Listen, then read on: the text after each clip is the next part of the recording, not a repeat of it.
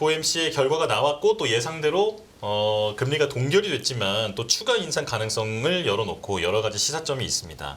이제 많은 분석들이 쏟아지고 있는데 이제 변 전무님께서는 어떤 해안을 주실지 궁금한데요. 지금 어떻게 발표 보셨습니까? 네, 예상은 했지만 동결을 예상은 했지만 또 한편으로서 우려가 있었어요. 매파적인 동결을 하지 않을까 이렇게 우려가 많았지 않았습니까? 예. 근데 예상 뭐가 빗나가지 않고 매파적인 동결을 했습니다. 따라서 뭐 주식가도 많이 하락을 하고요. 여러 가지 뭐 채권 금리도 많이 상승하고 저희가 생각한 대로 이렇게 변동성이 많은 그러한 FOMC가 된 것 같습니다. 일단 이번 FOMC는요, 한 가지 이제 가장 중요한 거를 본다면 이 제목에 제가 써놨습니다. 고금리가 장기화될 것을 암시를 했다. 파월 의장이. 그리고 연준이 이렇게 보시면 되겠습니다. 그것 때문에 이제 뭐 주가와 그다음에 여러 그 채권에 영향을 많이 준 것으로 이렇게 생각을 해요. 네, 사실 저 고금리의 장기화, higher for longer, 연준이 진짜 금리 인상 시작하면서부터 계속 외쳐왔던 그 레토릭인데 그 for longer에 이제 방점이 찍힌 거 아닙니까? 네. 네. 그런데 지금 전무님 사실 성명서 발표되고 뭐 성명서뿐만 아니라 점도표까지도 다 확인되고. 파월 의장 들어와서 기자회견 할 동안만 해도 다우지수 플러스였고 맞습니다. 나스닥도 플러스였고 별로 하락폭이 크지 않았어요. 근데 그게 지금 기자회견 끝나고 이제 장 후반으로 가면서 완전히 지수가 무너져 버렸는데 도대체 시장이 어떤 대목에서 현타가 온 걸까요? 글쎄요, 조금 늦게 반응하는 경우도 많이 있습니다.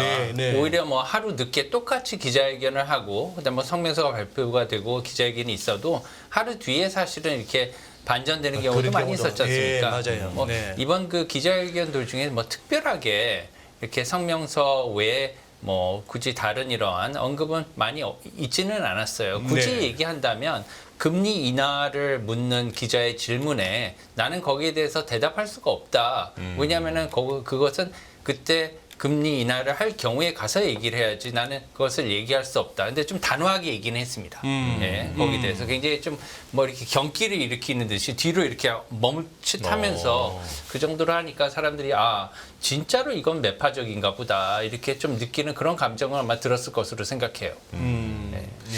네, 워낙 세계 경제에 미치는 영향이 크다 보니까 정말 그렇게 행동 하나하나에도 많은 분들이 이제 관심을 갖는다라는 점이 좀 약간 무섭게도 느껴지기도 하는데요. 수치가 지금, 좀 바뀌었어요. 그리고 네네. 수치가 이제 보시겠지만 뭐 그 성명서의 내용, 뭐 단어나 문장은 그렇게 많이 바뀌지는 않았습니다. 근데 굉장히 중요한 대목에서 한 두어 가지가 바뀌었고요.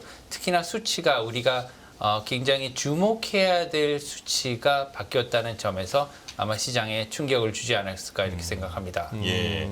지금 준비해 주신 자료가 사실 조금 전에 읽어보니까 아주 정리를 깔끔하게 잘 해주셔서 함께 이제 보시면 많은 분들이 이해를 하실 수 있을 것 같은데요. 그 성명서 내용 있잖아요. 그것부터 한번 어떻게 발표가 됐는지 설명을 해주시면 좋을 것 같아요. 일단 지금 저기 이제 전무님께서 보여주실 예, 자료들은 저희 자료실에 있고 우리 변 전무님 그 PDF는 누르시면 꼭 비밀번호 찍으라고 하는데 아시죠? 5개입니다. 5555. 외우셨네요. 네, 5개. 예. 네, 오래전부터 온 얘기를 쓰고 있는데요. 일단 고용과 시스템 리스크, 그다음에 금리 결정의 기조는 동일합니다. 양적 긴축도 기존 계획대로 서브스텐셜하게 이렇게 많이 그대로 변화 없이 진행한다고 이렇게 돼 있고요.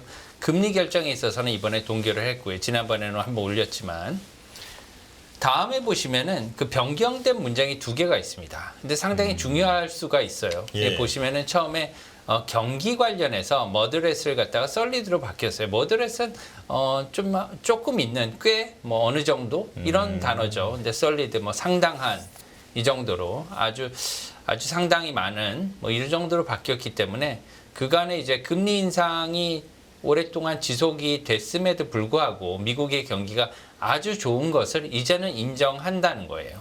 인정한다고 되게 좋은 거라고 얘기했습니다. 파월 의장이. 네. 경기가 좋은 건 매우 좋은 거다. 이렇게 금리가 올렸는데도 미국 경제가 강한 것은 아주 좋은 징조다. 그에 비해서 우리는 이렇게 좋기 때문에 그에 따라서 통화 정책은 더 할 일이 있다. 이렇게 애둘러서 반대로 얘기를 했는데요. 굉장히 어떻게 보면 약간은 시니컬한 그런 답변이었어요. 근데 무섭죠, 약간은. 예. 그리고 신규 고용에 관해서는 견조한 증가가 있었다. 6월 달에 이렇게 돼 있었는데 여기에서는 이제 줄어들었다. 하지만 아직도 강하지만 좀 줄어드는 추세로 이렇게 바뀌었다는 겁니다. 그래서 금리 동결의 명분을 주었습니다. 이게 면죄부를 준 거죠. 그렇죠. 예. 기자회견의 주요 회견 요지를 보면요, 몇 가지가 있어요. 제가 요약해 놓은 걸 예. 보시면 경제 상황이 견조하고 고용이 호조라는 것은 좋은 것이다. 제가 방금 말씀드린 것처럼 다만 2% 물가로 끌어내리기 위해서는 통화 정책 측면에서 더 해야 될 일이 있다는 것이다. 네. 와, 근데 보통 이렇게 문장이 있으면 앞에 문장과 뒤에 문장이 예. 연결이 돼 있는데 문맥상 좀 다른 의미면 뒤에를 강조한다고 제가 국어 시간에 배웠거든요. 예, 보통 그렇게 되더라고요. 그러면은 무서운 거죠.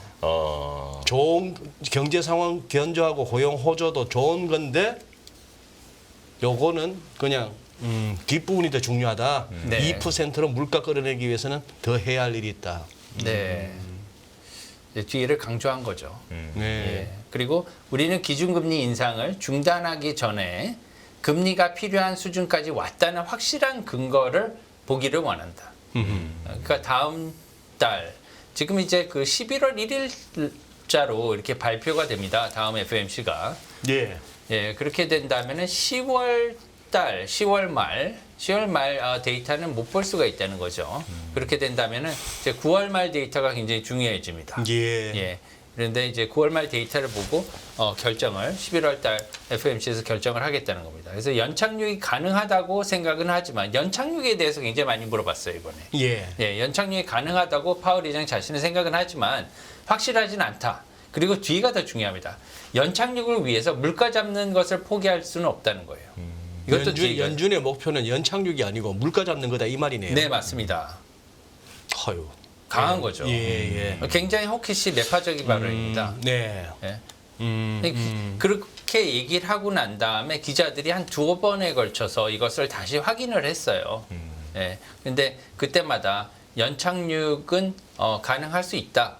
plausible, feasible 이런 단어를 쓰면서 가능하다고는 생각은 하지만 그게 확실하게 보장이 된 건 아니고 그것을 위해서 통화 정책을 포커스를 두지 않겠다는 거예요. 예. 그리고 노동시장은 아직까지 공급이 수요보다 적지만 타이트하지만 수급 여건은 균형을 향해서 지금 점점 가고 있다고 이렇게 인정을 했어요. 그 다음에 노동시장이 수급 균형을 찾으면서 인플레 압력을 앞으로 완화해 줄 것이다. 이거는 긍정적인 측면이죠. 이제 마지막으로 금리 인하 관련해서는 이것도 이제 굉장히 호키시 매파적인 발언이었는데요. 나는 아무 말도 안 할 것이다. 금리 인하를 할 적절한 타이밍이 올 것이다. 하지만 그때까지는 아무 말도 할 수 없다. 이날도 질문을 많이 받았나 보죠. 한 50분 받았습니다. 예. 보통 한 1시간 정도 받는데요. 네네. 오늘도 비슷하게 받긴 했어요. 예. 그것도 이제 네. 시사점에 대해서도 정리를 해주셨는데 이어서 설명해 주시죠. 네, 앞에서는 이제 파월 의장이 한 그런 그 언급한 그런 말들이었고요. 이번에는 그 언급한 말들에서 저희가 시사점을 찾으면 연내까지 0.25% 포인트 한 번 정도의 추가 인상이 가능하다 이렇게 생각할 수 있다는 겁니다. 그러면 지금 그 미국 국채 금리가요 오늘 예. 굉장히 많이 올랐어요. 우리나라 국채 금리도 많이 올랐지만 미국 국채 금리가 상당히 많이 올랐습니다. 그래서 지금 2년이 5.18%까지 예, 올라갔고요. 10년 국채가 4.43%까지 이렇게 2006년 이래 가장 최고치를 이렇게 올라갔죠. 예. 예. 이제 기준금리가 더 오를 수 있다고 생각하니까 사람들이 금리 인하 국면으로 이렇게 전환할 것을 기대하던 그러한 트레이더들이 포지션이 되돌림 현상을 일으킨 거예요. 그래서 금리가 더 올라간 겁니다. 그래서 두 번째로 이제 고금리가 더 오래 지속될 가능성이 있다. 이게 가장 포인트입니다. 오늘의 이제 고금리가 더 오래 지속될 가능성이 있다. 이것은 사실상 미국 기준금리가 5.5% 현재 상단이 5.5%에서 한 번 더 올리면 5.75%지 않습니까? 예. 5.75%와 5.5%는 물론 5.75%가 높긴 하지만 그렇게 차이가 큰 건 아니에요. 물론 6%가 주는 그러한 상징적인 의미는 있겠지만 그보다 더 중요한 거는 뭐냐면 시장에 더 큰 영향을 주는 것은 이러한 5% 중반 이상의 고금리가 얼마나 오래 갈 것이냐예요. 사실은 지금은 치킨 게임이라고 저는 봅니다. 예. 기업들은 지금 조달이 매우 어려워요. 네. 그래서 오늘도 은행에 채권 발행 한도를 열어주지 않았습니까, 우리나라? 네. 예, 그런 것들이 뭐냐면은 지금 금융기관들도 조달이 어렵다는 거예요. 그렇기 때문에 그런 상황이 올 수 있기 때문에 유동성 경색을 막기 위해서 각국이 다 노력을 하는 겁니다. 최근에 뭐 일본, 중국, 미국 전부 다 이런 것들을 열어주는 것들이 그러한 이유 때문이고요. 좀 전에 잠깐만 전문님 그 말씀이 은행채 좀 더 발행하기 쉽게 해줬단 말씀입니까? 네, 한도를 갖다 열어줬죠. 한도를 열어줬어요. 네, 굉장히 중요한 대목이죠. 예, 우리나라도 마찬가지죠. 왜냐하면 이제 하반기에 여러 가지 국제적으로 여러 가지 신용 이슈들이 나올 수가 있는 단계예요. 왜냐하면 네. 이렇게 미국의 기준금리가 매우 높게 오랫동안 갈 것 같으면 조금 있으면 이제 끝날 것 같다고 생각하면 견딥니다, 기업들이. 그렇지 않겠습니까? 네. 근데 이게 더 1년을 더가 이제는 못 버티겠다. 이런 기업들이 나온다고요, 분명히. 예, 그런 것들을 갖다가 아쉽지만 그런 상황이 나올 수 있기 때문에 이것을 좀 대비를 해야 된다. 특히나 뭐 달러 이동성에 대해서는 많이 생각을 해야 될 것 같고요. 그리고 하반기 미국 ETF 미국채 ETF로 투자자들이 좀 몰릴 가능성이 있다 이렇게 생각이 들어요. 지금 뭐 미국채 그리고 신용 등급이 우량한 미국 회사채 같은 경우는 금리가 굉장히 매력적으로 보입니다. 지금 2000년대 들어서 가장 역사적으로 매력적인 구간에 진입을 하고 있어요. 지금 그렇기 때문에 이제는 어느 정도 뭐 만기 보유를 하고자 하는 그런 투자자들 같은 경우에는 지금 이제 크게 무리가 안 되지 않나. 왜냐하면은 투자 수익률을 계산하는 데 있어서 벤치마크를 보통 일반 그 기금들이 5% 정도로 잡는 데가 많지 않습니까? 5%. 예, 네. 5%가 많아요. 특히 외국계 기관들은 5%면 굉장히 높다고 생각하거든요. 근데 지금 미국 국채에 투자해도 2년짜리 국채가 5%가 넘습니다. 미국 국채 해도 미국 지금 2년물 같은 거 2년물이 지금 5.18%잖아요. 예, 그러니까요. 네. 그러면은 5.18%면은 5% 벤치마크라고 하면 이것을 넘는 거거든요. 그냥 비팅을 한 겁니다. 담아놓으면 그냥 뭐 픽스되는 수익률인데 네. 그렇기 때문에 주식이 빠지는 거예요.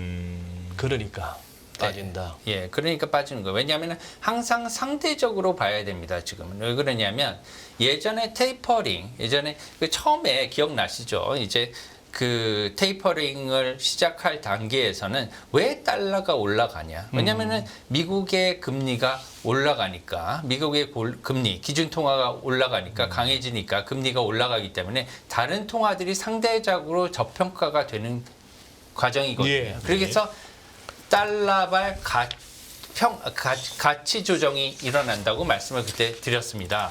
이번에도 마찬가지로 뭐냐면 그때는 금리가 계속 올라가는 단계 또는 금리가 내려가는 단계에서는 그 자체만으로 연준의 뭐 금리 발표만 봐도 알 수가 있었어요, 방향을. 그렇지만 지금은 그럴 수가 없어요. 왜냐하면은 상대적으로 모든 걸 봐야 되는 것이기 때문입니다. 왜냐하면 금리 변화가 없지 않습니까, 지금은.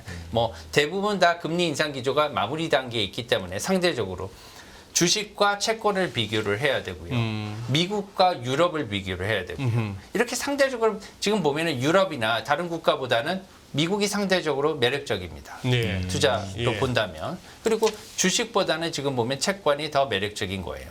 예. 이런 식으로 좀 상대적으로 봐야지 방향을 움직이는데 방향을 갖다가 이해하기가 편하게 이렇게 이해할 수 있을까 이렇게 생각을 합니다. 그리고 다음으로 본다면 2023년 4분기에 주식시장 이런 이유로 해서 조금 어려워질 것 같다 이렇게 말씀드려요. 뭐 이렇게 급락하거나 이렇다 이런 말씀이 아니고요. 상대적으로 다른 매력적인 투자처가 많이 생겼기 때문에 그렇다 이렇게 말씀을 드리고 고금리, 중국 이슈, 지금 고유가 이것은 상당한 악재가 아닌가 지금 이렇게 생각하기 때문에 지금 그 4.3분기를 잘 넘겨야지 내년에 가서 반등의 기회가 있지 않을까 이렇게 생각을 합니다. 그리고 10월 1일 마지막으로 그 연방정부 셧다운에 관해서도 기자회견 때 많은 질문이 나왔어요. 예. 셧다운에 대해서 뭐 의회가 이럴 가능성이 있지 않습니까? 지금 물론 여러 다방면으로 협의를 하고는 있습니다. 그래서 제 개인적으로는 셧다운될 가능성은 뭐 상대적으로는 낮다. 뭐 가능성이 전혀 없는 건 아니지만 낮지만 셧다운이 일어날 경우에는 제 생각에는 금리 인상은 사실상 끝났다 이렇게 생각을 할 수가 있을 것 같습니다. 이번 셧다운은 그거잖아요. 뭐 부채 한도에 차 가지고 뭐 정부 차원에서 재무부 같은 데서 맞습니다. 현금이 부족해서 셧다운이 아니고 지금 이거는 미국이 10월 1일부터 그 이듬해 9월 30일까지가 회계 연도인데 맞습니다. 예산상 그 예산안을 갖다 지금 확정을 못해서 가능한 셧다운 그 얘기죠. 맞습니다. 예, 그것 때문에 셧다운을 하게 되는데 네. 그럴 경우에는 임금이나 이런 걸 못 주게 되잖아요. 예. 그렇기 때문에 금리 인상을 할 수 있는 그런 상황이 못 됩니다. 예. 그래서 금리 인상을 할 수 있는 그런 상황이 못 되기 때문에 하고 싶어도 못 한다는 생각이 들기 때문에 이렇게 말씀을 드리는 거예요. 그러니까. 예. 공무원도 월급도 못 주는데 금리 인상을 한다고 이렇게 발표하기는 굉장히 어려워요. 그러니까. 네. 다음을 보겠습니다. 예. 그래서 이번에는요, 그 SCP 리포트가 있습니다. 그래서 예. 1년에 4번, 그 3, 6, 9, 12월에는 그 뭐 SCP 리포트라고 여러 가지 이제 경제 전망치와 그 점도표를 같이 나타내는 이런 여러 가지 그 경제 지표들이 나오는데요. 네. 우선 경제 전망치를 이렇게 보면 굉장히 중요한 게 빨간색 오른쪽에 페더럴 펀드 레이트가 있죠. 거기 2023년이 5.6%로 이렇게 나와 있는데 2024년이 5.1%로 되어 있습니다. 예, 저 아래쪽이요. 네. 왼쪽과 비교를 해보면 6월달 전망치와 비교해보면 4.6%에서 2024년 말 예상치가 5.1%로 올랐어요. 그죠? 저게 중요한 거죠. 예. 지금 이제 왼쪽에 파란 줄 꺼진 부분은 6월 FMC 때 나왔던 Summary of Economic 맞습니다. Projection. 그래서 SEP인데 오른쪽은 9월 이번일 요번에 거예요. 네. 어젯밤 발표됐던 거. 네. 예. 이것을 해석하면 6월 달에는 6월 S&P 리포트에서는 내년 연말 2024년 하반기에 약 100bp 1%의 금리 인하를 예상을 하고 있었다는 겁니다. 그렇죠. 1년 사이에 25bp 따지면 4번 정도 금리 인하했을 것이다. 네. 라고 그러면 제시했다가. 하반기에는 한 번에 뭐 빅스텝, 두 번에 뭐 일반적인 0.25% 인하를 생각을 할 수가 있었다는 거예요. 네네. 사람들이 채권을 투자하고 주식을 투자했을 때 이것을 가정하고 투자를 했다는 겁니다. 기관 네. 투자가들도. 네. 그런데 지금 이렇게 보니까 2024년도 연말에 기준금리 예상치가 5.1%예요. 0.5%포인트가 올랐고요. 네. 많아봤자 0.25% 포인트의 인하를 두 번밖에 하지 않는다. 그러네요. 네. 그러면은 아무리 빨라도 뭐 7, 8월이 돼야지 금리 인하의 그런 분위기가 조성이 된다는 뜻이고요. 최악의 경우에는 10월, 11월 가서야 뭐 하락, 뭐 인하를 논의할 수 있는 그런 분위기가 조성될 수도 있다는 겁니다. 굉장히 고금리가 장기화된다는 뜻이죠. 시장이 어제 저기서 제일 빈정상한 거 아닙니까? 이겁니다. 이거죠. 네. 왜 6월 달에는 내년쯤 가면은 한 지금 2023년 기준금리 대비 한 100bp 1%포인트 낮출 것처럼 6월 달에는 점 찍어 놓고 왜 이번에는 그 중간값이 왜 두 클릭이나 올라와서 50bp 올라와 버리냐. 여기서 빈정 제일 상한 것 같아요. 네, 이번 FOMC에서 가장 중요한 것은 바로 이겁니다. 이제 고금리가 이렇게 오래 지속이 될 거다. 내년 연말까지 금리 인하는 꿈도 꾸지 말라. 이렇게 말을 한 거죠. 전문이 연준이. 뒤에 바로 점도표 있네. 그거 보여주시면 우리 네. 시청자분들이 더 이해하기 쉬우시겠네. 예, 이걸 한번 보시죠. 예. 네, 왼쪽이 6월이고 오른쪽이 9월입니다. 좀 비슷하긴 한데요. 지금 보시면은 왼쪽보다 오른쪽 이번의 점도표가 5.75% 포인트 상단을 예상한 위원들이 지금 12명이에요. 굉장히 많이 늘었죠. 예. 그렇기 때문에 예전보다 5.75% 포인트가 대세라고 이렇게 생각이 되어지는 겁니다. 5.5 아니면 5.75인데 5.75가 훨씬 많습니다. 그죠? 예. 밑에는 7명밖에 안 되니까요. 네. 그리고 그렇게 된다면 연말까지 뭐 데이터를 봐야 되겠지만 한 번 정도 올리는 게 거의 기정사실화 생각을 하고 있다는 겁니다. 만약에 인플레이션이 현 수준으로 진행이 되고 고용과 여러 가지 지표들이 현 상황에 비슷하게 나왔을 경우에는 한 번 더 인상을 하겠다 이런 얘기고요. 내년도 굉장히 중요합니다. 이 그 6월 점도표를 보시면 별 생각이 없었어요. 이때까지는 2024년도의 금리에 대해서 별 생각이 없었죠. 네. 막 찍어놨습니다. 근데 이번 점도표에는 조금 모이면서 생각이 들기 시작해요. 이게 뭐냐면 4.75에서 5.5%까지 굉장히 높아진 겁니다. 이게.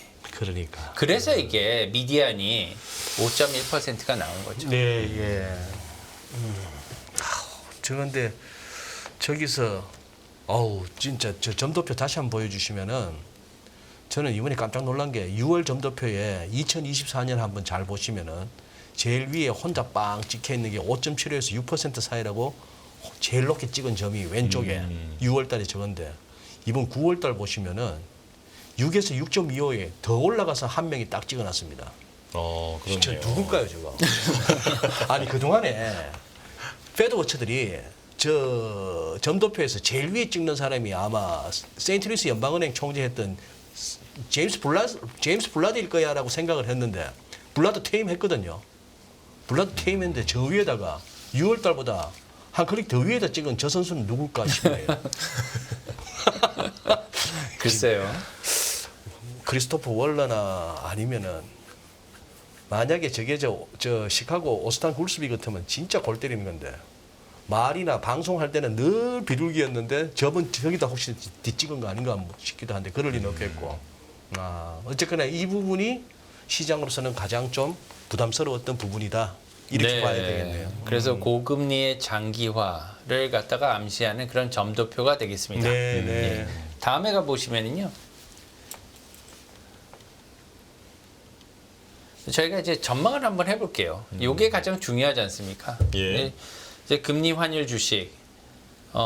올해 이제 그 중반기까지 저희가 그 예측을 한 게 뭐냐면 그 신용경색들이 많이 일어난다 이렇게 얘기를 했는데 기업들의 한계 기업이 나타나기보다는 한계 은행들이 많이 나타났어요. 한계 은행들도 뭐 사실 기업이긴 하지만 많이 나타나서 이제 신용 사태가 이제 출현을 했고 조금 더 우리가 조정을 해야 될 건 뭐냐면 물가가 저희가 생각한 것보다도 훨씬 강하게 올라가는 측면이 있다. 그렇기 때문에 하반기 연말 들어서 저희가 금리 역전이 정상화가 되고 그 다음에 환율도 하락을 하고 주식시장도 반등을 할 것으로 이렇게 생각을 했는데 이것이 조금 지연이 될 것 같습니다.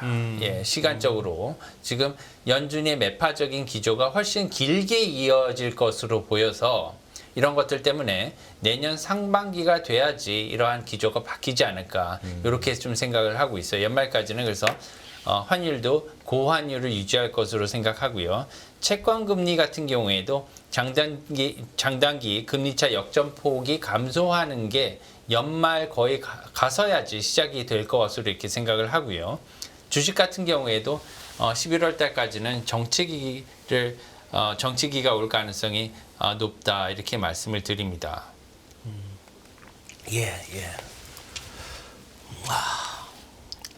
특히나 이제 그 주식 같은 경우에는 뭐 지수에 관계없이 요즘 같은 시대는 우량 자산과 비우량 자산의 격차가 많이 확대가 되잖아요. 이것은 뭐냐면은 최근에는 신용 이슈가 많이 중요해지기 때문입니다. 예. 그래서 뭐냐면 투자해도 문제가 없는 그런 주식 같은 경우에는요, 손이 잘 가게 되는데 문제가 많이 생길 수 있는 그런 주식 같은 경우에는 조금 그 변동성이 굉장히 커지죠 이제.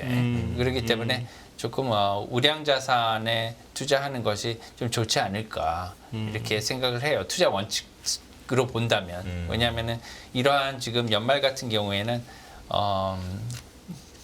물가도 아직 그 완벽하게 떨어지지 않은 상태에서 금리가 매우 높기 때문에 변동성이 굉장히 높을 수가 있습니다. 지금까지도 변동성이 높았는데 앞으로도 변동성이 굉장히 높을 수가 있어요. 그리고 그 11월 FOMC를 전후해서도 지금 제가 그 9월 FOMC 전후해서 저희가 이렇게 금리와 그다음 환율이 많이 지금 변동을 하지 않았습니까? 근데 그 11월 달에도 많은 변동성을 가져올 수가 있어요. 왜 그러냐면 11월에 만약에 연준이 동결을 하게 된다면 사실상 연준의 금리 인상 기조는 종료가 될 것으로 이렇게 받아들일 수 있는 가능성이 큽니다. 네. 예, 12월 달에 올릴 가능성은 높지 않기 때문이죠. 예, 왜냐하면 내년을 준비하는 차원에서 12월 달에 올리는 경우는 사실상 좀 힘들거든요. 예, 그렇게 볼 때 11월 달에 동결을 하게 되면 연준의 인상 기조는 사실상 끝났다 이렇게 볼 수가 있는 반면에 만약에 11월 달에 가서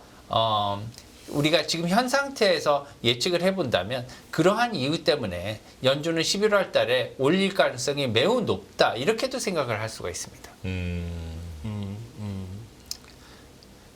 그러기 때문에 사실은 주시장도 그런 측면에서도 반영을 한 것으로 생각을 해요. 전문이 만약에 예전에 전문인 그 주니어 시절에 포지션 잡던 그 딜러 시절이라고 지금도 중요한. 전무 이꼬르 주니어 그건 말이 안 되고 자 지금 포지션을 잡으셔야 되는 거예요. 네. 어제 이제 밤을 새셨어요. 딱 성명서하고 그 S&P 딱 보셨어요. FX 쪽이었으면 달러 롱입니까 숏입니까? 지금은 좀 그 달러 강세가 조금 더 추가적으로 일어날 가능성이 높습니다. 저는 그래서 그 매수 포지션 잡으셨겠죠. 예. 채권 매니저였으면은. 채권 매니저였다면 당연히 단기적으로는 숏을 갔을 거고요. 국채 숏. 예, 국제 숏을 뭐 발표하기 전에 숏을 했을 거고 그 다음에 발표 난 후에는 시간을 조금 보고 타이밍을 잡으면서 매수를 할 것으로 생각을 합니다. 예, 지금은 이제 향후에는 매수 포지션을 구축을 하는 것을 이제 생각을 하고 있겠죠. 그리고 주식 트레이드였다면. 주식 같은 경우는 굉장히 어렵습니다, 사실은. 네. 예, 어떠한 주식을 살지는 굉장히 여러 가지 종류가 있잖아요. 근데 테마나 아니면은 어떠한 그 이슈가 있는 그 주식은 아마 투자하지 않을 것 같고요. 예. 지수를 움직이는 뭐 대형 위주로 이렇게 그 투자를 했다고 하면 뭐 아예 S&P 500이나 나스닥 100 선물 갖고 선물 트레이딩 가지고 하셨다면 선물은 조금 숏을 쳤을 것 같아요. 지금 시장 결과 보고 말씀하시는 거 아니죠? 아닙니다. 예. 아니 오늘 시장 결과대로 말씀을 하시니까 답 보고 말씀하시는 것 같아요. 그러니까 답을 알려주시고 물어보시면 어떻게 하십니까? 아니 지금 오늘 거래소에서 외국인이 현물 666억 순매도에 불과하지만 선물이 무려 13,600개. 이게 1조 몇천억이야 이게. 그러다 코스닥도 1,030억 순매도에다가 9,439개 같으면 거의 10,000개 가까운 선물 매도니 그러니 주식이 이렇게 우리 지수가 진짜 피철철이죠. 지금 지뢰가 너무 많습니다. 근데 아까 우리 국고도 지금 5년 10년 할 것이 거의 5bp씩 올랐거든요. 네, 많이 올랐습니다. 환율 거의 10원 가까이 올랐거든요. 네.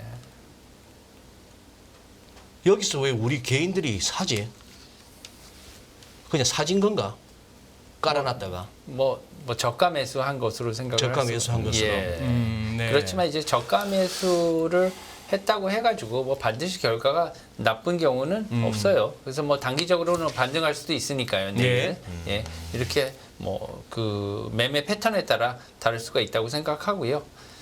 다만 그 연말 가서는 굉장히 변동성이 아까 말씀드렸다시피 클 것 같아요. 특히나 이제 그 내년 상반기로 갈수록 제가 여기 써놓은 것 같이 이제 장단기 금리 역전이 내년 뭐 올해 말 내년 상반기 초반에 걸쳐서 시작할 것 같습니다.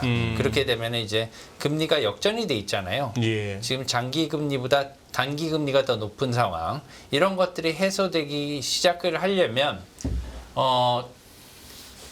높은 단기 금리가 내려와야 돼요. 높은 단기 금리가 장기 금리가 내려오는 속도보다 단기 금리가 내려오는 속도가 더 빨라야 되겠죠. 예. 그렇게 된다면 단기 국채 ETF, 단기 미국 국채 ETF에 투자한 뭐 성과가 더 클 수가 있겠죠. 좋을 예, 수가 있겠죠. 예, 이렇게 예. 생각을 하고요. 그다음에 이제 환율 하락 부분에 있어서도 내년 뭐 한 3월 달까지 이제 향후에 환율이 1,200대로 다시 내려갈 것으로 이렇게 전망을 하고 있습니다. 그래요. 예. 근데 주식 같은 경우에도 지금 중요하게 저희가 생각해야 될 건 뭐냐면, 주식의 그 밸류에이션을 논할 때 인플레이션 효과도 분명히 봐야 되는 거예요. 저희가 채권을 볼 때 실질 수익률을 보지 않습니까? 네. 예. 인플레이션을 제외한 실질 수익률을 보지만 주식 같은 경우에는 실질 주가를 볼 수가 없어요. 그렇지 않습니까? 예. 실질 주가라는 게 없습니다. 그냥 예. 퍼만 보지 않습니까? 근데 지금 향후에 보면은 투자 수익률을 계산을 할 때 인플레이션 효과를 반드시 고려하시라는 겁니다. 왜냐하면은 주식도 자산이에요. 네. 주식도 자산이기 때문에 인플레이션 효과가 반드시 있습니다. 예전에 1980년대부터 저희 코스피를 이렇게 추적해서 본다면 인플레이션 물가 상승률에 따라서 쭉 같이 올라가는, 장기적으로 본다면 그런 효과가 분명히 있거든요. 그럼요. 그렇기 때문에 주식 같은 경우에는 가장 크게 영향을 받는 게, 장기적으로 볼 때는 첫 번째가 물가고요. 두 번째는 배당금입니다. 사실은 그 주가의 데일리 움직임보다도 그게 더 장기적으로 보면 더 큰 거거든요. 네. 네. 물론 그 회사의 어떤 실적이나 이런 것도 다 영향을 줘서 그렇게 변하긴 하겠지만, 물가가 분명히 영향을 준다는 것을 제가 강조해서 말씀을 드리기 때문에 그래요. 그 말씀은 뭐냐면 내년 초에는 반등할 가능성이 높다는 거죠. 이렇게. 네. 예.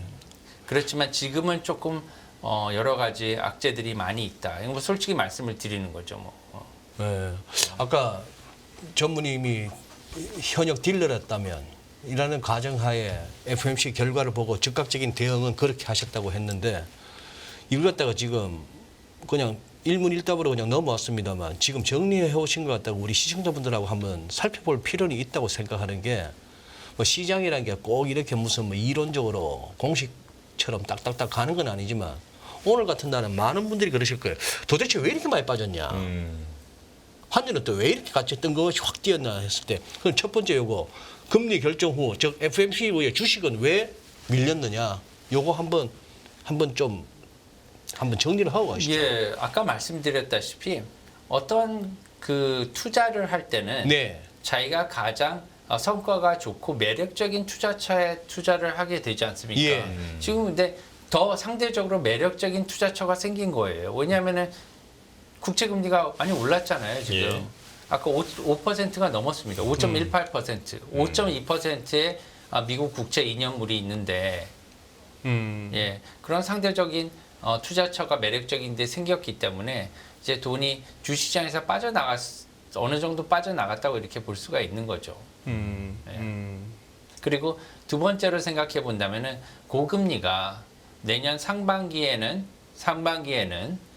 어느 정도 이제 마무리가 되고 하반기부터는 약 1% 이상 금리 인하를 할 줄 알았는데, 연방준비위원회가 지금 오늘의 FOMC 점도표를 보면 거의 인하를 안 하는 것으로 이렇게 나오잖아요. 0.5%포인트 인하를 하는데, 그러면 내년 하반기까지 기다려야 된다. 그러면 1년 이상 이러한 고금리가 오래 유지가 되면, 근데 기준금리가 이렇게 높아요. 그렇게 되면 채권이나 다른 데 투자해도 이것을 비팅할 수 있는 가능성이 많은데, 굳이 위험자산에 투자를 해야 되느냐, 뭐 간단하게 말씀드리면 그런 이유입니다. 그러니까. 지금 시청자 여러분께서는 이제 그 자료실에 나와 있는 그 자료에서 11페이지 지금 얘기를 하고 있거든요. 네, 금리 결정 후에 주식이 왜 이렇게 혼조세를 보이고 있는 건지. 근데 지금 여기서 보면 전무님께서 그 시나리오를 두 가지를 적어주셨잖아요. 추가 인상 시나리오 그리고 인상 종료 시나리오에 대해서 적어주셨는데 조금 더 설명해 주시면 좋을 것 같아요. 이거는 사실은 저번 그 FOMC에서 그대로 그 써놓은 것을 그대로 갖고 온 거예요.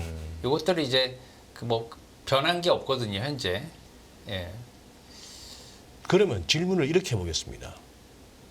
이제 그러니 이번 9월 FOMC를 통해 가지고 아직 한 번 정도는 더 연내 한 번 정도는 더 올릴 수 있겠다 하는 가능성이 더 커진 거 아니에요? 네. 그죠, 전문님? 네. 그러고 연내 금리 인하 가능성 우리가 참 뭐 서머랠리를 비롯해서 이렇게 원래 증시가 좋고 나면은 흔히 말하는 시황쟁이들이 갖다 붙이기를 연내 금리 인하 가능성이 또 이렇게 높아지고 그동안에 또 인플레도 좀 이렇게 낮아지고 하는 숫자가 낮아지고 하는 그것도 덕에 했는데 그럼 여기 연준이 6월 달에 그러면 내년에 가서 중간값으로 100bp나 낮게 찍힐 수 있도록 그렇게 했던 게 인플레가 잡힌다고 봤기 때문에 그렇게 찍었다고 봐야 됩니까? 연준위원들이요 보통 그 반응하는 속도가 상당히 느려요. 네. 천천히 반응을 하기 때문에 네. 그것을 이제 추세를 이렇게 보는 거죠. 그 자체 절대값으로 보지는 않습니다. 저는 솔직히 볼 때 추세를 보는 거죠. 예를 들면은 6월 달에 반응들이 조금 매파적이기보다는 좀 비둘기파적으로 해석한 사람들이 많이 있었습니다. 그래서 7월 달에 장이 좋았죠. 예. 그래서 그때 제가 반대로 얘기를 했거든요. 그때 FOMC 후에 제목이 뭐냐면은 연준 금리 6% 현실화되나 제가 그렇게 썼어요. 그리고 달러가 무서워졌다. 제가 그렇게 썼어요. 그리고 난 다음에 그때 당시에 방송할 때 말씀을 드린 게 뭐냐면 채권을 갖다가 한상희 의원이 그러면 채권이나 주식이나 그러면은 지금 사고 싶은 사람들한테는 어떻게 얘기를 해 주시겠냐 했을 때 제가 FOMC가 일어나는 9월 21일 그 전후까지는 좀 참아달라 제가 그때 얘기를 했거든요. 왜냐하면은 변동성이 그 전후로 해서 커질 것이기 때문에 왜냐하면은 금리 인상을 갖다가 거의 기정사실화 했지 않습니까 벌써. 그때 당시에도 알고 있었어요. 그런 이유 때문인 거죠. 근데 지금 이제 금리 인상은 기정사실화 한 거와 같이 이렇게 금리 했지만 문제는 뭐냐면 이제 금리 인하를 갖다가 이제 한동안 안 하겠다는 거거든요. 이제 이런 것들 때문에 상당히 힘든 그런 상황이죠. 그러니까요. 지금 한번 우리 PD님 이거 S&P 500 일간 차트인데 이거 한번 띄워봐 주시죠. 지금 전무님하고 이제 이 얘기를 하고 싶은 건데 우리 지금 보시면 여기 지금 2022년 1월 4일이라고 돼 있지 않습니까? 즉 코로나 때 이렇게 꼬로 박았다가 2020년 3월 23일 날 저점 찍고 이게 이제 2020년에 이렇게 2021년까지도 이렇게 해서 거의 코로나 직후부터 해서 2021년 말까지 장이 이렇게 좋았단 말입니다. 좋았다가 2022년부터 미국 S&P 500은 이렇게 꺾이기 시작했는데 얘가 꺾였다가 그러면 언제 바닥쳤나 하면은 10월 13일 날 우리가 기억하는 그 10월 13일 날 바닥 찍고 또 여기까지 온 거 아닙니까? 여기까지 왔는데 그러면 이건 뭐냐 말이죠. 이게 뭐냐 하면 이 기간은 연준이 금리 올리기 시작한 거죠. 사실 3월부터 올리기 시작했는데 3월 FOMC부터 시작해갖고 금리를 올리기 시작했는데 이거는 어떻게 보면은 그동안 어떻게 볼 수 잠깐만요. 이렇게 했을 때 이 겁나게 이 과매수 국면에서 결국 이제 자책으로 흘름 내려다가 한번 들어가 볼까 하다가 이때부터는 3월부터는 연준이 금리를 막 그거 하고 이렇게 한번 했다가 또 여기까지는 뭐 자이언트 스텝 밟고 이러다가 그러니 이렇게 10월 달에 찍었다 하는 얘기는 사후적이긴 합니다만 연준이 항상 보면은 분수령을 만들어준단 말입니다. 매듭을 짓는단 말이에요. 여기서부터는 금리 인상. 근데 여기서는 또 뭐였나 하면은 막 이때 나왔던 얘기가 피봇 얘기였거든요. 그렇지 않습니까? 그 피봇이 딴 게 아니고 금리 인상에서 인하로 도는 피봇이 아니고 75bp씩 막 잡아 올리던 것 갖다가 영국 자빠질 것 같고 일본 아작날 것 같으니까 도저히 안 되겠다 싶어서 연준이 우리 금리 인상 속도를 갖다 좀 늦출게 폭을 늦출게 하니까 그것만 해도 감사합니다 하면서 돌기 시작했던 거고 그러고 나서부터 여기까지 왔다가 지금 이제 어쨌거나 이 무렵부터 해서 또 꺾이기 시작했단 말이죠. 이렇게 여기서 지금 결정타를 매긴 게 어제 연준이 higher for longer가 좀 오래 갈 것 같고 연내 금리 인하는 없을 것 같고 내년에 금리 뭐 애초에 생각했던 것보다 그만큼 많이 못 내릴 것 같다 이렇게 되니까 또 꺾이니까 지금 이 시점이 그냥 뭐 이렇게 가다가 한 번씩 생기는 좀 이렇게 임팩트가 클 수가 있다는 거에 제 생각인데 전무님 어떻습니까? 그냥 뭐 너무 그렇게 과하게 오버하지 마라. 뭐 시장 뭐 장사 하루 이틀 하냐? 뭐 시간이 해결해 주겠지만요. 시간이 해결해 주겠지만. 예, 시간이 해결해 주겠지만 지금은 금리가 너무 높습니다. 솔직히 금리가 너무 높다. 예, 금리가 너무 뭐 예전에는 뭐 미국의 금리가 이거보다 훨씬 높았던 경우도 있는데 무슨 말이냐 이렇게 말씀하시는 분들도 계시겠지만 네. 사실상 뭐 2, 3년 전까지만 해도 제로 금리였어요. 미국 달러가 제로 금리에서 5.25%가 올라온 겁니다. 굉장히 많이 올라온 거예요. 단기간에. 이렇게 단기간에 올라오니까 지금 경제도 그렇고 세계 경제가 적응하는데 시간이 많이 걸립니다. 시간이 많이 걸리고요. 게다가 지금 펀드나 이런 것들을 투자하는 데 있어서도 단기로 투자하는 건 많지가 않아요. 네. 예, 굉장히 보통은 중장기로 이렇게 투자를 하기 때문에 지금 미국의 금리가 이렇게 높아도 뭐 펀드 매니저들이 그쪽으로 많이 이제 다른 데 투자했던 거를 많이 옮기고 싶어 하는 분들도 많이 있었겠죠, 당연히. 그렇지만 투자해 놓은 것을 갖다가 밸런싱 차원에서 뭐 포트폴리오 차원에서 이렇게 여러 군데 투자를 해 놨기 때문에 그것을 리밸런싱 하기가 뭐 바로 하기가 굉장히 어려운 측면도 많이 있단 말입니다. 그렇기 때문에 지금 그 뭐 포지션을 가지고 있겠지만 향후에 이렇게 높은 미국의 국채 금리가 유지가 된다면 그쪽으로 많이 쏠림 현상이 일어날 수도 있는 거예요. 그래서 지금 미국의 그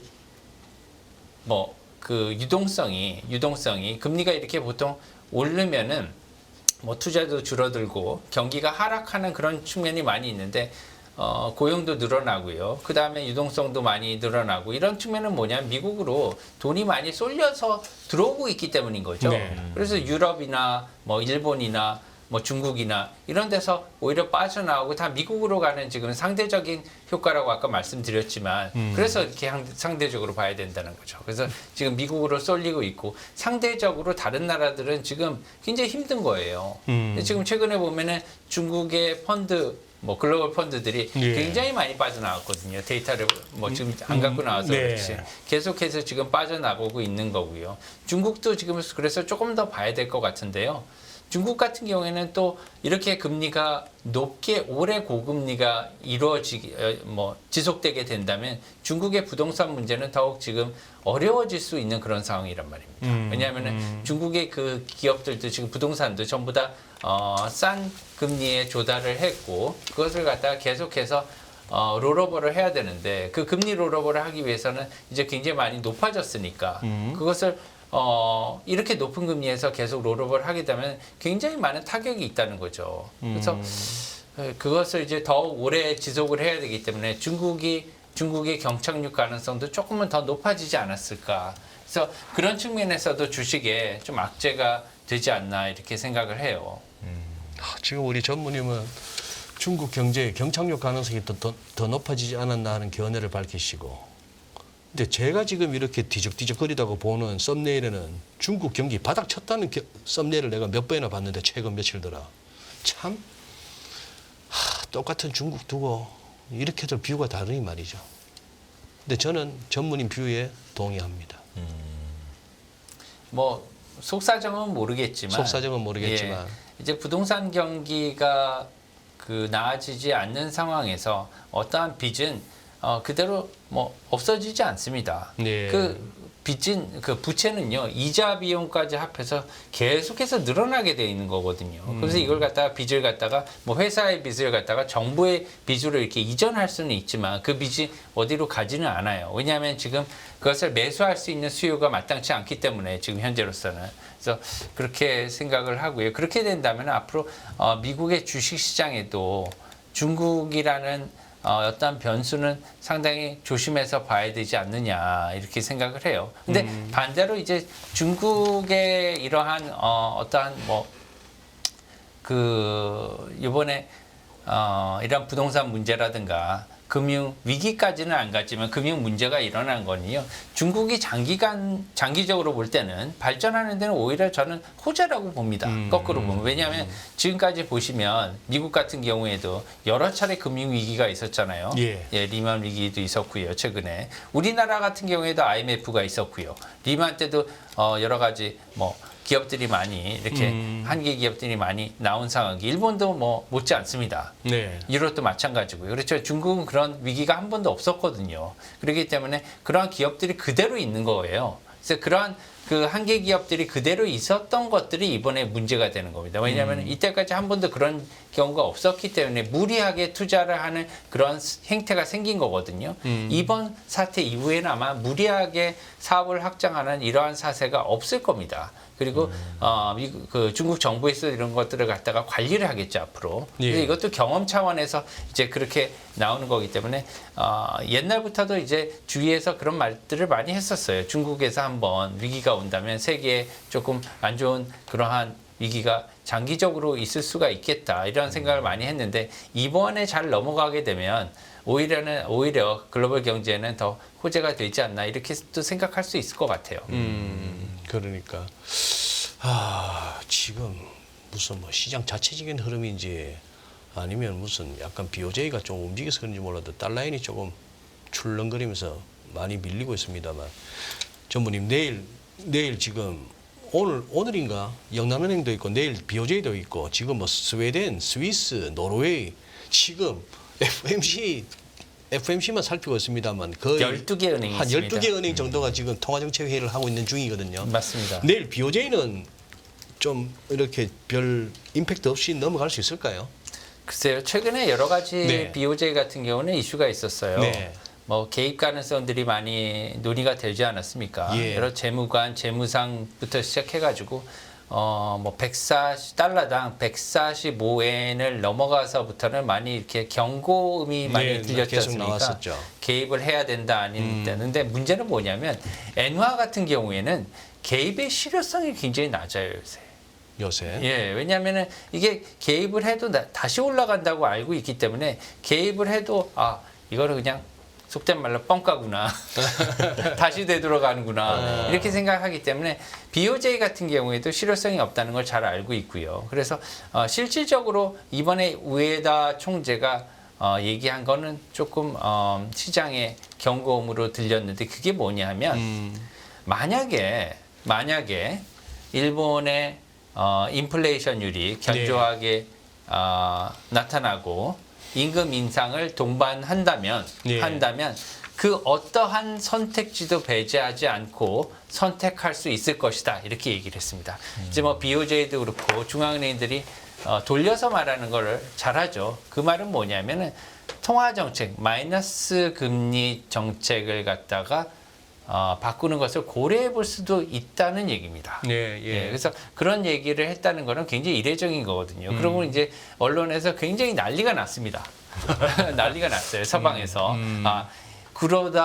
전임 구로다 총재하고 이렇게 비교를 하면서 완전히 다른 양상이구나. 이제 앞으로는 갈 길을 서로가 다른 방향으로 가게 될 것 같다. 이렇게 대서특필을 했거든요. 그건 뭐냐면은 이제 앞으로 내년에 이제 올해 말까지는 이제 데이터를 산출을 하고요. 필요한 네. 데이터를 BOJ에서 내년도 초반에는 아마 어떠한 그 정책 변화의 그런 방향을 이제 서서히 드러내지 않을까 이렇게 생각을 하는 거죠. 그래서 내일까지는 뭐 특별한 정책의 변화는 없을 것으로 이렇게 보입니다. 왜냐하면은 그 YCC의 그 금리를 좀 유연화하지 않았습니까? 네. 0.5%로 이렇게 가둬놨는데요. 1%까지 유연화를 시켰기 때문에 이번에는 특별한 그러한 정책 변화는 없을 것 같고요. 다만 내년에 가서는 어떠한 그 정책 변화가 반드시 예상이 되기 때문에 그런 것들은 좀 조심해야 되지 않을까 그렇게 생각을 하고요. 그런 측면에서 또 하나 시청자들한테 말씀을 드린다면 그 일본의 그 옌캐리 자금 있지 않습니까? 예. 옌캐리 자금이 이게 보기보다 굉장히 중요합니다.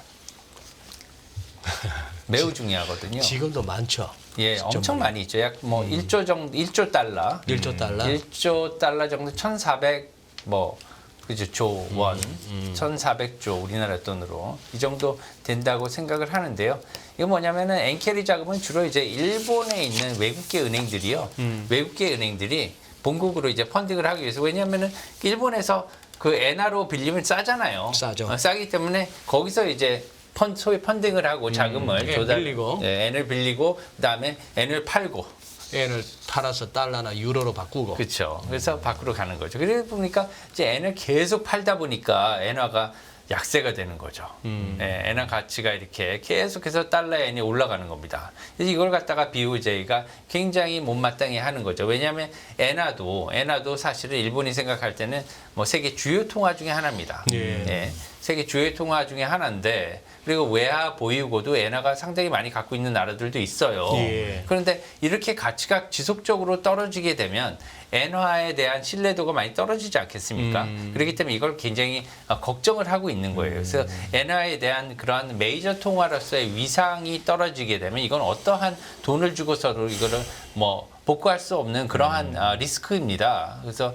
뭐 리스크이기 때문에 그것을 방지하고자 그 아까 우에다 총재가 그렇게 이제 어떠한 선택지도 선택할 수 있다 이렇게 얘기를 한 거죠. 그래서 이제 내년에 만약에 통화정책 변화가 일어나서 마이너스 0.1% 현재 일본 정책금리가 오르게 된다면 예를 들면 약 1%까지만 오르게 되는 지금 10년 JGB가 지금 한 0.76%까지 올라갔거든요. 예. 그러니까 1% 정도까지 올라간다고 보면 일본의 일본 자금이 이제 해외 투자가 많이 있는데 지금 약 1.1조 정도의 1.1조 달러 한 1,500조 우리나라 돈으로 그 국채를 사놓고 있거든요. 미국 국채를. 그것들과 그다음에 유럽 국채들을 이제 좀 회귀하는 그런 물량들이 있다고 치면 아마 그 자금의 흐름에 많은 영향을 줄 것으로 이렇게 생각을 합니다. 전문님. 지금 NDF 시세가 1340일은 뭐 37전으로 나오니까 1340일은 40전이라 보고 여기 지금 1개월 스와포인트 마이너스 2원 20전이니까 지금 현물은 그러면은 플러스 2원 20전 하면 1343원 50전입니다. 네. 뭐 1340원이라고 퉁쳐서 얘기하지만 딜러들은 알잖아요. 1343원에 지금 뭐 박아놓고 있잖아요. 저 어디서 내일도 저 공방이 치열할 것 같은데. 네, 여기에는 특히나 이제 그 트레이더들의 영역이 많이 있습니다. 네. 해외 딜러들이 그렇기 때문에 이번 그 FOMC를 통해서 달러 강세가 조금 더 지속될 것으로 이렇게 확인됨에 따라서 여기 딜러도 이제 달러 강세에 베팅을 하면서 이제 원화를 해외에서 이제 파는 그런 식으로 이제 딜을 갖다 베팅을 하는 거죠. 그렇기 때문에 그런 식으로 그 간다고 하더라도 반드시 내일 아침에 지금 뭐 뉴욕 NDF 시장까지 가서 이렇게 어떻게 종가가 형성될지는 모르지 않습니까? 근데 제 생각에는 이렇게 그 뭐 1,440원대, 1,450원대까지 이렇게 급하게 올라갈 상황은 아니라고 생각을 합니다. 네. 그렇게 전무님이 생각하고 계시기도 하지만 어떻게 보면 당이론 측면에서도 그래야만 됩니다. 안 그러면 죽습니다. 다치는 분들 많아요. 진짜 그래 돼버리면. 네. 그게 외국인들의 저게 오늘 거래소나 코스닥에서 보여줬던 저 선물 플레이가 평상시에 늘 있었던 밀었다 당겼다 하는 이 차원이 아니고 FMC를 갖다가 기점으로 해서 이 친구들이 진짜 빠져나갈 생각에 저러고 있는 거라고 하고 1343원에서 늘 막혔던 이 환율이 뭐 이번 주 중에 아니면은 뭐 설 연휴로 세고 와서라도 열린다든지 하는 거는 좀 이렇게 생각하기 싫은 시나리오죠. 네. 보통 근데 여름에도요. 저희가 그 달러가 많이 올랐을 때 있었지 않습니까? 그때도 이제 NDF 시장에서 주로 주도를 많이 했고요. 네. 뭐 영내 시장으로 이렇게 와서 언쇼 시장에서는 다시 이렇게 떨어지는 모습을 많이 보였어요. 그건 뭐냐, 투기적인 수요가 해외에서 NDF로 많이 몰렸기 때문에 그 당시에 이렇게 많이 NDF를 통해서 많이 올랐고요. 그 다음에 이제 언쇼 국내 시장이 열리면서 다시 이렇게 돌아가는 모습을 그때도 좀 많이 보였거든요. 그렇기 때문에 저는 이번도 그러한 양상이라고 이렇게 보고요. 뭐 당분간 이렇게 급하게 달러원 환율이 올라가지는 않을 것이다. 그런 모멘텀은 크게 보이지는 않는다고 이렇게 생각합니다. 알겠습니다. 그렇다면 뭐 주식 측면에서도 뭐 오늘 같은 이런 낙폭을 갖다가 뭐 계속 뭐 준다. 뭐 그렇게 보기보다는 오늘은 막 일시적인 좀 하루짜리 충격이었다. 네, 이번에는 이제 좀 충격이 컸죠. 왜냐하면은 고금리가 이렇게 오래 지속될지는 몰랐고요. 금리가 계속해서 이렇게 장기간 지속된다고 생각하니까 채권 금리가 뭐 미국 국채도 그렇고요, 우리나라 국채도 그렇게 이렇게 많이 올랐지 않습니까? 예, 그런 충격에 따라서 채권이 움직이니까 주식도 움직인 거예요. 채권이 움직이니까 주식도 움직였다. 네, 채권 수익률이 올라가니까 주식이 하락을 한 겁니다. 예. 예.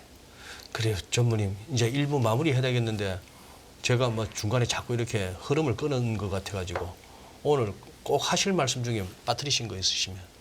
뭐 다른 건 없고요. 네.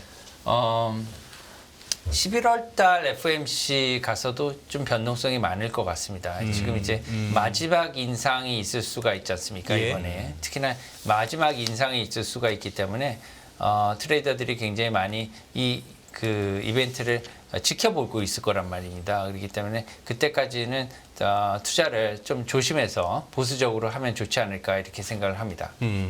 끝없는 위기 속 기회는 언제나 숨어 있습니다. 성공한 투자 고수들과 나눈 투자의 철학. 다가올 기회를 잡아내는 부의 만찬으로 여러분을 초대합니다. 푸짐하게 한 상 차려놓았습니다. 안녕하세요, 이승입니다. 더 많은 영상을 보고 싶으신 분들은 화면 오른쪽에 있는 구독 버튼을 눌러주시기 바랍니다.